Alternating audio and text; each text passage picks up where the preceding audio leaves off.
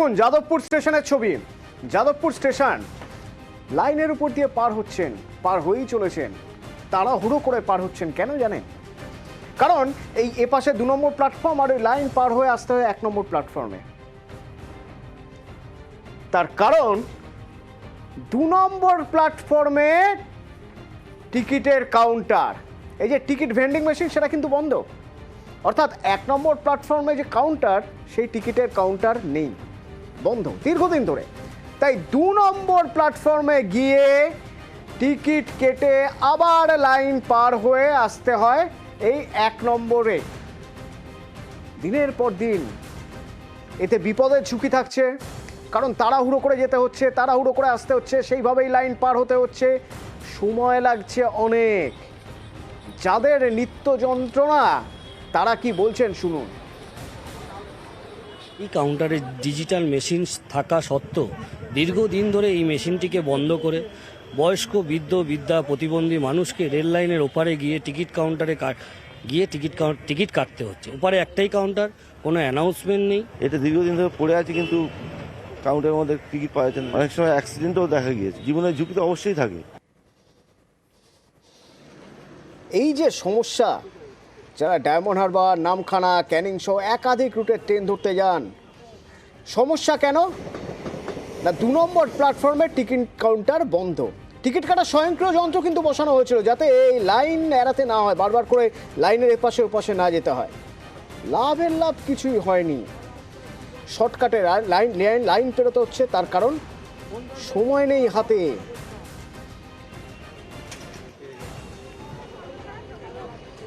Councillor কি বলছেন শুনুন। ওটা কাউন্টারের জন্যই ঘর করা হয়েছিল, ওটা আর খুললো না। বলে বলে বলে বলে রেলের কান বন্ধ। শুধু তাই নয়, অ্যানাউন্সমেন্টও হয় না। একবার গেলাম, বললো স্যাটেলাইট অ্যানাউন্সমেন্ট হবে, আপনারা অপেক্ষা করুন। সেই অপেক্ষা আজ প্রায় 5 বছর 6 বছর হয়ে গেল। এর মধ্যেই ঠিক করেছি ওখানে অবস্থানে বসবো, গণস্বাক্ষর করে এগুলোকে যাতে খোলা হয় এবং এটাকে যাতে ঠিক করা হয় সাবওয়েটাকে, তার জন্য সচেষ্ট হব। আর রেলের সাফাই, নর্থ সাইড বুকিং কাউন্টারটি ছিল, সেই কাউন্টারটাতে আমাদের যেটা অকুপেন্সি পজিশন ছিল অত্যন্ত পুয়ার। মানে সারাদিনে হয়তো 10টা বা 12টা টিকিট লোকে নিতেন। যাত্রীরা এই দিক দিয়ে টিকিট নেন বলেই আমাদের এখানে মোর দ্যান 1 or 2 কাউন্টার সেখানে খোলা আছে, সেই জন্য এটা বন্ধ রাখতে হয়েছে। আর লোকে তো আমরা চাইবো সবসময় ফুট ওভার ব্রিজ ব্যবহার করবো। শেখ শাহজাহান সরবেরিয়ার বাড়ি, সরবেরিয়া না, শুধু সরবেরিয়া না, সন্দেশখালীর বেতাজ বাদশা কোথায়? 13 দিন হয়ে গেল। এই যে এদের দুজনকে দেখতে পাচ্ছেন না, এরা দুজন বসে আছেন কেন জানেন? ওই দেখুন, একদিকে ক্লোজ সার্কিট ক্যামেরা, সেই ক্লোজ সার্কিট ক্যামেরার মনিটর হচ্ছে। বাড়িতে, শেখ শাহজাহানের বাড়িতে ক্লোজ সার্কিট ক্যামেরা বসানো হয়েছে। ক্লোজ সার্কিট ক্যামেরা বসানো হয়েছে, তার যে মার্কেট, সেই মার্কেটে, শেখ শাহজাহানের নামে মার্কেট, ক্লোজ সার্কিট ক্যামেরা বসানো হয়েছে তার 2টো ইট ভাটাতেও। কোথায়? ক্যামেরার চোখে ধরা না পড়লেও মানুষের চোখে তো ধরা পড়তেই পারে, তাই তার পাশাপাশি বসানো হয়েছে পুলিশ পিকেটও।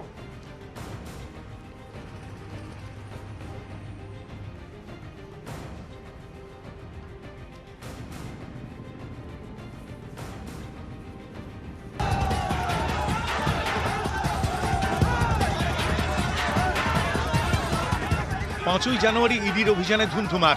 তারপর থেকেই বেপাত্তা সন্দেশখালীর বেতাজ বাদশা শেখ শাহজাহান। এরই মধ্যে জল্পনা ছড়ায় বাংলাদেশে গা ঢাকা দিয়েছেন তৃণমূল নেতা। শেখ শাহজাহান কোথায়? খুঁজে পায়নি পুলিশ। মঙ্গলবার হাইকোর্ট নির্দেশ দেয় সিসি ক্যামেরা বসিয়ে নজরদারি চালানো। সেই মতোই বুধবার বসানো হলো মোট 10টি সিসি ক্যামেরা। তৃণমূল নেতার বাড়িতে 3টি, ইটভাটায় 3টি এবং শাহজাহানের নামে যে বাজার, সেখানে 4টি। শেখ শাহজাহান কোথায়? তাকে খুঁজে পাওয়া যাচ্ছে না, এমনই দাবি পুলিশের। তার পরিবার, তার ভাই আলমগীর বলছেন সন্দেশখালী ছেড়ে তিনি যাননি। বিধায়কও বলছেন তিনি সন্দেশখালীর মাটি ছেড়ে অন্য জায়গায় যাওয়ার পাত্র নয়, অর্থাৎ তিনি এলাকায় আছেন। তাহলে পুলিশ কেন পাচ্ছেন না? তার জন্যই হাইকোর্টের নির্দেশে এলাকায় সিসিটিভি বসল। সন্দেশখালীর সরবেরিয়ায় আকুঞ্জিপাড়ায় বাড়ি শাহজাহানের। একই জায়গায় তৃণমূল নেতার 3 ভাইয়ের বাড়ি। এর মধ্যে শাহজাহানের বাড়িতে 2টি এবং তার এক ভাই সিরাজের বাড়িতে 1টি সিসি ক্যামেরা লাগানো হয়েছে।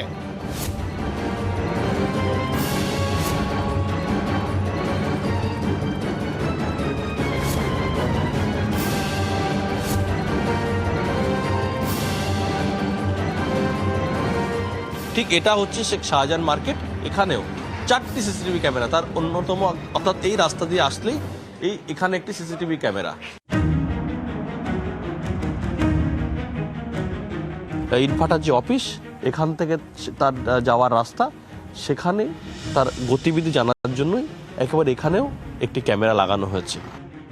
বুধবার শেখ শাহজাহানের বাড়িতে সিসি ক্যামেরা বসালো পুলিশ। এদিনই শাহজাহানের ভাই আলমগীর তার বাড়িতে সিসি ক্যামেরা লাগান। তিনি নাকি নিরাপত্তার অভাব বোধ করছেন, তাই সিসি ক্যামেরা। সিসিটিভি পুলিশ লাগানোর আগে আমি নিজেই আমার বাড়িতে আমি একটা ক্যামেরা লাগিয়েছি। আমরা প্রতিদিন বাড়ির বাইরে বেরোতে গেলে পুলিশের কৈফিয়তের মুখে পড়তে হচ্ছে, কোথায় যাবেন, কখন ফিরবেন, সবকিছু মিলিয়ে মোটামুটি গৃহবন্দী অবস্থায় আমরা পরিবার যারা আছি, আমাদের পরিবার নিয়ে।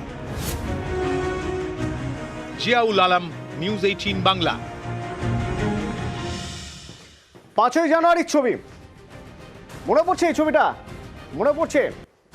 এখানে মিডিয়াও আক্রান্ত হয়েছিল। হ্যাঁ, আমার সহকর্মী, তাকেও মারধর করা হয়েছিল, তাদের মারধর করা হয়েছিল, ক্যামেরা ভাঙা হয়েছিল।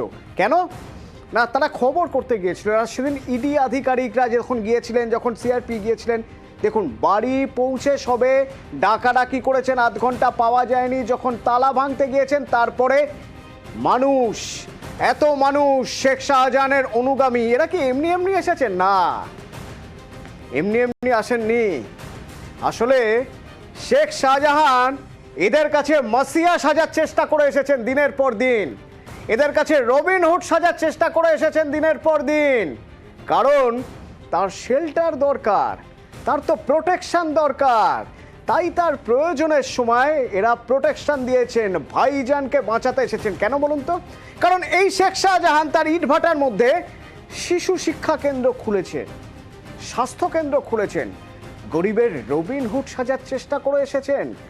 নিজের কালো টাকা, যে টাকা তিনি গরিবদের থেকেই লুট করেছেন, সেই টাকার ছিটে ফোঁটা দিয়ে কিছু অন্তত করে তাদের হাতে রাখার চেষ্টা করেছেন।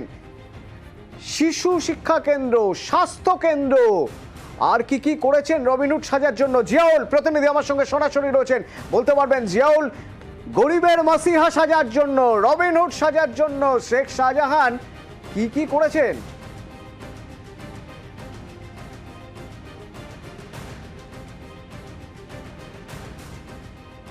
অর্থাৎ তার যে ইটভাটা রয়েছে, সেই ইটভাটায় রয়েছে সেখানে একটি স্বাস্থ্যকেন্দ্র অর্থাৎ হেলথ সেন্টার, একটি শিশু শিক্ষা কেন্দ্র, একটি পাঠাগার এবং সেখানে রয়েছে একটা প্রাথমিক বিদ্যালয় এবং তার পাশে রয়েছে বাচ্চাদের খেলাধুলা অর্থাৎ এন্টারটেনমেন্ট করার জন্য সেখানে একটি চিলড্রেন পার্ক।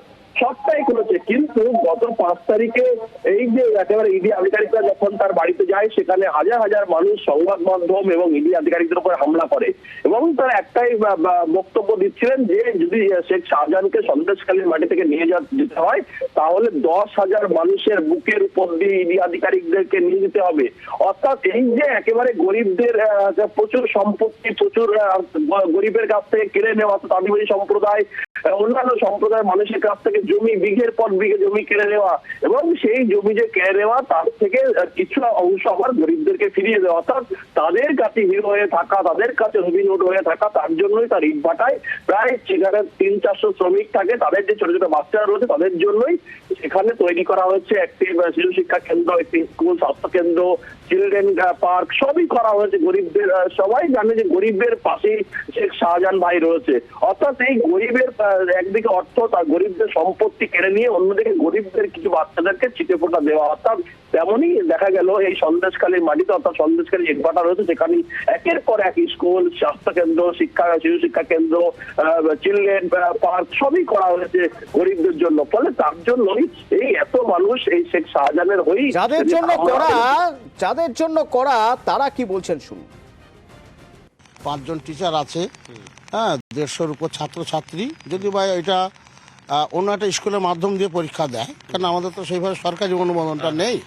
প্রাইমারি স্টেজে যেসব হেলথের যে ব্যাপারগুলো, সেগুলো এখান থেকেই ধরুন, এই যে এটা রয়েছে হেলথ সেন্টার রয়েছে, এটা রয়েছে পার্ক, একজন ভাটায় যারা কাজ করে তাদের জন্য, বাইরের আশেপাশে তাদের জন্য, কারণ এই ধারে বাড়ির মধ্যে কোনো স্কুল নেই, কাছাকাছি কোনো স্কুল নেই। হ্যাঁ, পার্কও আছে। কি করে সেখানে বাচ্চারা? বাচ্চারা খেলে, স্কুল যখন ছুটি হয় তখন খেলে, আমরা গরিব মানুষ কাজ করি, খাই দাই, বাচ্চারা এখানে পড়াশোনা। এখানে স্কুল নেই পাশাপাশি? না। এখানে খাবার মিড ডে মিল দেয়? হ্যাঁ। পড়া হয়? হ্যাঁ। পড়ায়? কখন পড়ায়? সকালে? হ্যাঁ, 7টার দিক। কজন ম্যাডাম রয়েছে? 5 জন মনে হয়। 5 জন। সব বন্দোবস্ত করা আছে, তাহলে ভাইজানের গায়ে হাত পড়লে তারা ছেড়ে দেবেন? ভাইজানকে যদি ইডি ধরতে আসে তারা ছেড়ে দেবেন? ছাড়বেন না, তার ফল তো দেখেছেন। সেটা ছিল শুক্রবার 5ই জানুয়ারি। তো এই ছিল রেশন দুর্নীতির খবর। এবার একবার শিক্ষক নিয়োগ দুর্নীতির খবরে নজর রাখতেই হবে। তার কারণ এই যে দেখছেন 4টে উইন্ডো করে আপনাদের দেখাচ্ছি। আজ সকাল থেকে ইডির তৎপরতা। প্রসন্ন রায়, ইডির র্যাডারে প্রসন্ন রায়, সেই প্রসন্ন রায় সিবিআই যাকে গ্রেপ্তার করা 1.5 বছরের মধ্যে সুপ্রিম কোর্ট থেকে জামিন পেয়েছিলেন প্রসন্ন রায়, তার লেনদেনের হিসেব দেখার জন্য নিউ টাউনে তার বলাকা আবাসনে তার ফ্ল্যাট, তার অফিস, তার ঘনিষ্ঠ প্রদীপ সিং তার ফ্ল্যাটে, রোহিত ঝা তার আর এক ঘনিষ্ঠ পরিবহন ব্যবসায়ী রোহিত ঝা মুকুন্দপুরে তার বাড়িতেও ইডি আজ রেড করে। আর এইখান থেকে এক অদ্ভুত নতুন তথ্য উঠে এলো। ভালো আবহাওয়া, ভালো দিন আছে, বেশ মাঝে মধ্যে ঝিরঝিরে বৃষ্টি হচ্ছে, কুয়াশা রয়েছে, মেঘলা আকাশ, জাঁকিয়ে ঠান্ডা পড়েছে। তাহলে আসুন একটু বাগান বাড়ি দেখি, প্রসন্ন রায়ের বাগান বাড়ি। এই দেখুন, পাথরঘাটায় প্রসন্ন রায়ের বাগান বাড়ির হদিশ মিলল। এর আগে অনেক সম্পত্তির হদিশ মিলেছে, আর এবার বাগান বাড়ির হদিশ মিলল। কেমন সে বাগান বাড়ি, কত কাঠা জমির উপরে, কবে কিনেছিলেন, নাকি নিজেই বানিয়েছিলেন জমি কিনে? উজ্জ্বল প্রতিনিধি আমার সঙ্গে রয়েছেন, সরাসরি বলতে পারবেন উজ্জ্বল।